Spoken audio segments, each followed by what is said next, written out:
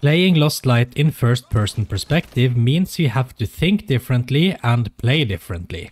Follow these tips closely to keep an advantage over your enemies. My first tip is to adjust your field of view settings. This was the first thing I did when loading into my first-person perspective match. The default FOV of 70 is just way too narrow, and you're robbing yourself of a lot of on-screen information by running the game this way. With a higher FOV, you will usually get a better overview of the things around you. Usually I want to have my FOV in games at around 90 to 100, but for Lost Light, 125 seems to be the sweet spot for me. This usually varies from person to person though, so fiddle around with the slider to find what suits you the best. Careful though not to go too high, as that will usually make it worse. Like this.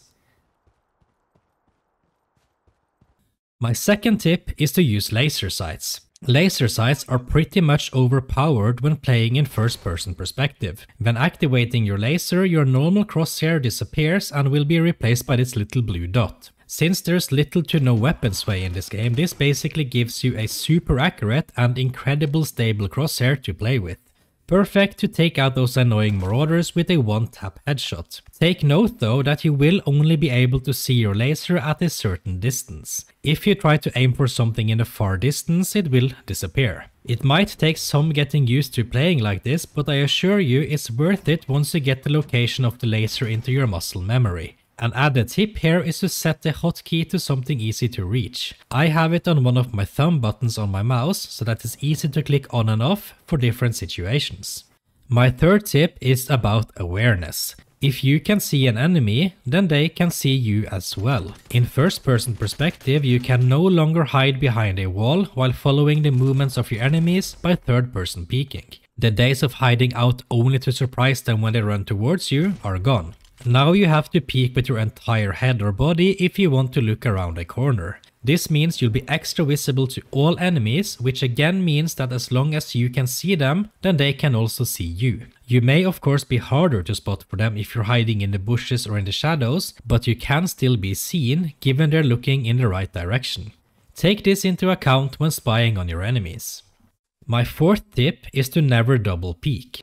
This is a general tip for most first-person shooters and nothing unique to Lost Light. Still, this is worth mentioning as when playing in first-person perspective, this just becomes so much more important. You don't know if your enemy is lasering down his sight on your last known location or if he's moved. If he's lasering down on your position, then you're an easy headshot and an easy kill if you peek that same corner again. I guess you can break this rule when you're fighting marauders as they rarely pose a big threat, but when fighting players you would do well to not double peek. Always assume that the other player has your last known location laser down in their sight. Peeking from the other side of a container or doing a flank will be better for you in pretty much all situations. Don't give your enemies an easy kill when it's literally this easy to avoid. Lastly, you need to know when to use hipfire or when to aim down sight. There are so many situations where one is simply better than the other. When you're up close to an enemy, you will generally want to use your hipfire, especially if your enemy is moving a lot and if he is filling up most of your crosshair. And this means you're taking advantage of your weapon spray, which should make you hit more bullets in general. I would recommend keeping your gun in full automatic mode for this kind of encounter. Meeting an enemy up close is dangerous and you really need to gun him down as fast as you possibly can. However, if you're at medium to long range, you should instead be aiming down your sights.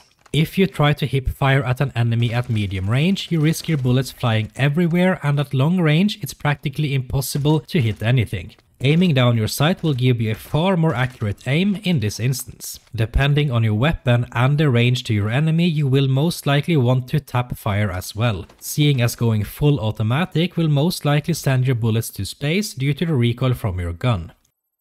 More tips like this will come, and in the meantime you should watch this video and join in on the discussion regarding vibes in Lost Light. Are they a good thing? Let me know in the comments.